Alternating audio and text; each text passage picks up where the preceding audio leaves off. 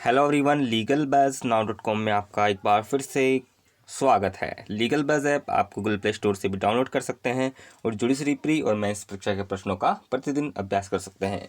तो आज ही Google play store से लीगल बज़ ऐप डाउनलोड करें। फ्रेंड्स, जैसा कि हम डेली रिवीजन डोज लेकर आते हैं, तो आज फिर से कुछ नया सीखेंगे और जानेंगे। तो हम आज इंडियन एविडेंस एक्ट से कुछ सीखते हैं। इंडियन एविडेंस एक्ट 1872, भारतीय साक्ष्य अधिनियम 1872। इंपॉर्टेंट टर्म्स एग्जाम में पूछा जाता है। सबसे पहले तो इसकी मेन आपको याद रखना है, कब प्रवर्तन में आया था। तो प्रवर्तन की तिथि, कब प्रवर्तन में आया था, तो इसकी डेट याद रखें, 1 सितंबर 1872। पहला टर्म यहाँ पर यह इंपॉर्टेंट है। किस तरह का लॉ है ये? तो ये है प्रक्रियात्मक विधि, यानी प्रोसीडर लॉ है। इंपॉर्टेंट टर्म कई बार पूछ लिया जाता है कि एविडेंस एक्ट किस प्रकार का लॉ है, क्या ये मौलिक विधि है या प्रक्रियात्मक विधि है? तो ये है प्रोसीडर लॉ है, आपको ये याद रखना है।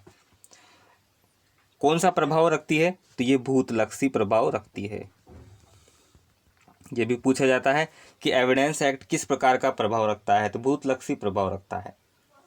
तो ये इंपॉर्टेंट टर्म्स हुए।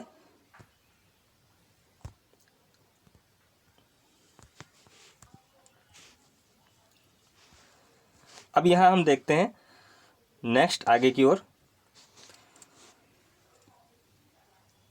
इसका उद्देश्य क्या है, यानी भारतीय साक्ष्य जो अधिनियम 1872 बनाया गया है, इसका ऑब्जेक्ट उद्देश्य क्या है, इसको भी आपको जानना जरूरी है। तो उद्देश्य की बात करें तो साक्ष्य विधि का, यानी जो साक्ष्य का लॉ है, साक्ष्य विधि का समेकन करना। समेकन मतलब इकट्ठा करना, यानी एविडेंस रिलेटेड जितने भी लॉज हैं उनको इकट्ठा करके एक जगह स्थापित कर देना, समेकित कर देना, उसको परिभाषित कर देना। ये इंपॉर्टेंट टर्म्स है, आपको याद रखना है। संशोधन करना, तो ये साक्ष्य विधि का उद्देश्य है। तो ये इंपॉर्टेंट टर्म्स है। नेक्स्ट आगे की ओर बढ़ते हैं।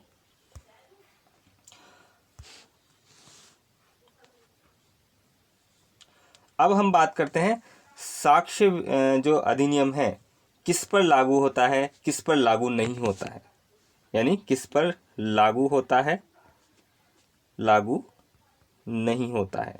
यानी आपको ये याद रखना है, कई बार पूछ लिया जाता है कि साक्ष्य अधिनियम किस पर लागू होता है, किन लॉज पर लागू होता है, किन पर लागू नहीं होता है, तो इसको भी आपको जानना जरूरी। तो साक्ष्य जो अधिनियम है जुडिशियल प्रोसीडिंग, यानी न्यायिक कार्रवाइयों पर एप्लीकेबल होता है। यानी जितनी भी न्यायिक कार्रवाइयाँ होती है या न्यायालय की कार्रवाइयाँ भी कह सकते हैं, तो उन पर एप्लीकेबल साक्ष्य अधिनियम होता है। यानी सिर्फ और सिर्फ न्यायिक जो जुडिशियल प्रोसीडिंग होती है या न्यायालय के समक्ष जो कार्रवाई होती है, न्यायालय की जो कार्रवाइयाँ होती हैं, उस पर एविडेंस एक्ट यानी साक्ष्य अधिनियम एप्लीकेबल होता है। और उनको छोड़कर जितनी भी कार्रवाइयाँ उन पर एप्लीकेबल नहीं होता है। जैसे न्यायालय ऑफिसर के समक्ष अगर शपथ पत्र पेश किए जाते हैं, यानी न्यायालय या कोर्ट के समक्ष अगर एफिडेविट शपथ पत्र, तो ये इंटरनल कार्रवाई होगी। यानी न्यायालय या न्यायालय के जो ऑफिसर हैं उनके समक्ष अगर एफिडेविट पेश किए जाए तो इंटरनल कार्रवाई, अगर उस पर भी एविडेंस जो एक्ट है उसको एप्लीकेबल कर देंगे तो लंबी चौड़ी प्रक्रिया हो जाएगी। तो इस पर एप्लीकेबल नहीं होगा। ओनली न्यायिक कार्रवाई, यानी किसी भी मामले में अगर कोई विवादक है या किसी का निस्तारण किया जा रहा है, विवाद है, तो उसकी न्यायिक कार्रवाई चल रही है, तो उस पर एविडेंस लिए जाते हैं, तो उस पर एप्लीकेबल होता है, या न्यायालय की कार्रवाइयों पर एप्लीकेबल होता है। तो इसको आपको याद रखना है कि ये सिर्फ न्यायिक कार्रवाई होती है उस पर एप्लीकेबल होता है, लेकिन किस पर लागू नहीं होता है? न्यायालय या ऑफिसर के समक्ष अगर शपथ कोई भी अगर समक्ष शपथ पत्रों या पेश किए जाते हैं तो उसके समक्ष कार्रवाइयों पर एप्लीकेबल नहीं होता है। उसी तरह से मध्यस्थ एक और एलिमेंट है इसमें।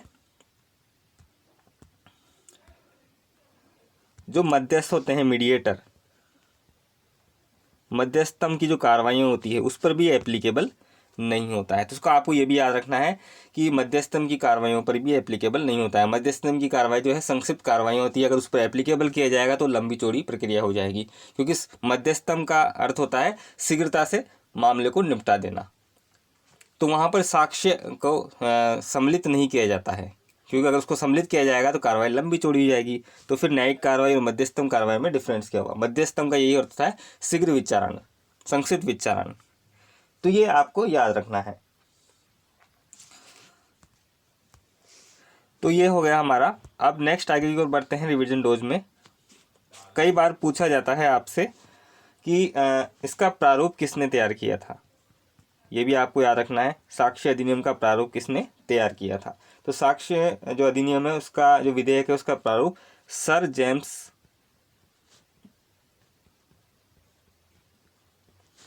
स्टीफन, ये नाम है आपको याद रखना है। इसका जो प्रारूप है सर जेम्स स्टीफन ने तैयार किया था। सेक्शन 2 में भी पूछ लिया जाता है कई बार। सेक्शन 2 निश्चित हो चुका है, लेकिन ये नहीं पूछा जाता, आपसे पूछा जाता है कि कौन से अधिनियम के द्वारा निश्चित किया गया था? तो निरसन अधिनियम।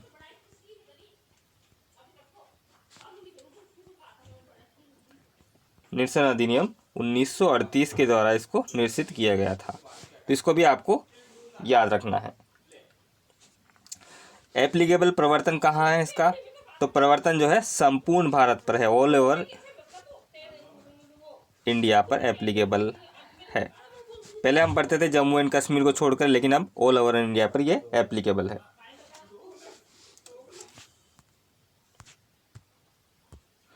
अब नेक्स्ट देखते हैं। नेक्स्ट कई बार पूछा जाता है एक्ट नंबर क्या है, यानी साक्ष्य अधिनियम का अधिनियम संख्या क्या है? तो आपको याद रखना है 1, यानी भारतीय साक्ष्य अधिनियम का जो अधिनियम संख्यांक है वह 1 है।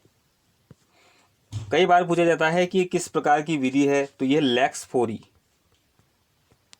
यानी इंपॉर्टेंट टर्म बता रहे हैं हम, किस प्रकार की विधि है? तो ये लेक्स फोरी विधि है। लेक्स फोरी का मतलब उस स्थान की विधि जहां पर कार्रवाई एप्लीकेबल होती है, यानी ऐसे स्थान की विधि जहां पर कार्रवाई की जा रही है, कार्रवाई की जाती है, और जिस मुकदमे में कार्रवाई की जा रही है उस देश की साक्ष्य के जो लॉज होते हैं वो एप्लीकेबल होते हैं, यानी एविडेंस के लॉज जो है एप्लीकेबल होते हैं, तो उसे न्यायिक कार्रवाई कहा जाता है। यानी ऐसे स्थान की विधि, उस पर्टिकुलर एक एरिया की विधि, उस स्थान की विधि जहाँ पर जो है, उस स्थान की विधि जहाँ पर कार्रवाई की जा रही है, उस मुकदमे में उस देश के साक्ष्य की विधि के सिद्धांत उपयोग में लिए जाते हैं, तो उसे वहाँ वो उस न्यायालय की कार्रवाई कहलाती है, न्यायिक कार्रवाई कहलाती है। तो ये लेक्स फोरी है, पर्टिकुलरली एक स्थान की विधि है जहाँ पर किसी भी मुकदमे में कार्रवाई की जा रही है, तो साक्ष्य से संबंधित जो नियम होंगे उसी देश के लागू होंगे। तो ये लेक्स फोरी है।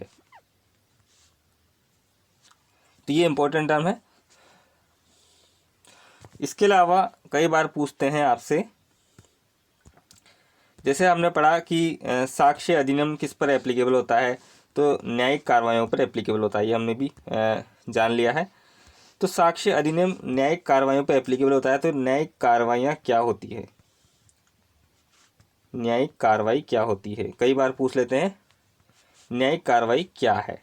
तो न्यायिक कार्रवाई का मतलब जो है, इसकी परिभाषा तो एविडेंस एक्ट में कहीं पर नहीं दी गई है, लेकिन सीआरपीसी का जो सेक्शन है, याद रखें सीआरपीसी सेक्शन 2I, सीआरपीसी का सेक्शन 2I में न्यायिक कार्रवाई को डिफाइन किया गया है, परिभाषित किया गया है।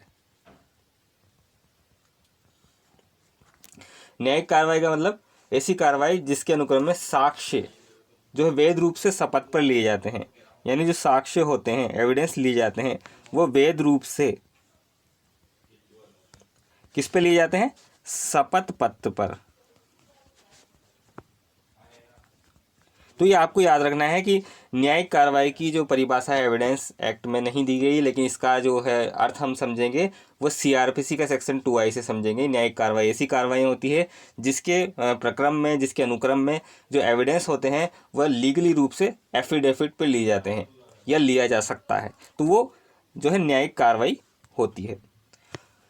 तो ये इंपॉर्टेंट टर्म था। अब देखते हैं हम साक्ष्य विधि पढ़ रहे हैं हम, तो साक्ष्य का अर्थ क्या होता है? कई बार पूछ लेते हैं आपसे साक्ष्य का अर्थ बताइए, कि एविडेंस का अर्थ क्या है? तो साक्ष्य का अर्थ होता है ऐसी वस्तु से है, यानी एक वस्तु ऐसी वस्तु से है जिससे किसी विवादग्रस्त तथ्य को साबित किया जाता है। यानी कोई भी मामला है जो विवादग्रस्त है, तो उस विवादग्रस्त में उस मामले का जो फैक्ट होगा कि किस फैक्ट्स के कारण ये विवाद है, तो उस फैक्ट्स को साबित किया जाता है उस वस्तु के माध्यम से। जिस वस्तु से उसको साबित किया जाएगा, उस तथ्य को साबित किया जाएगा, उस विवादग्रस्त तथ्य को साबित किया जाएगा, वही साक्ष्य है। तो साक्ष्य की मदद से ही उस विवादग्रस्त तथ्य को साबित किया जाता है।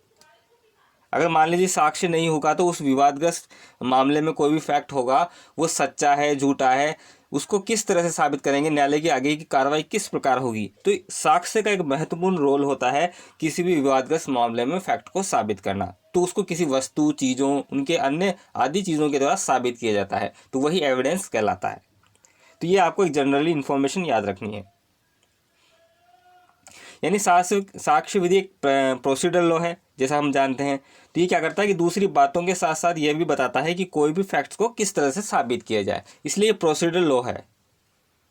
ये सिद्धांतों को ही नहीं बताता, ये भी बताता है कि किसी भी फैक्ट्स को किस तरह से साबित किया जाए, किस तथ्यों से साबित किया जाए, कि तथ्यों को कैसे साबित किया जाए। तो यही साक्ष्य विधि है जो प्रक्रियात्मक विधि है। तो ये इंपॉर्टेंट टर्म है। तो जुडिशरी एग्ज़ाम डोज में आज के लिए इतना ही। नेक्स्ट रिवीजन डोज में फिर से हम कुछ लाएंगे, तो आप डेली विजिट करते रहें। Thank you very much.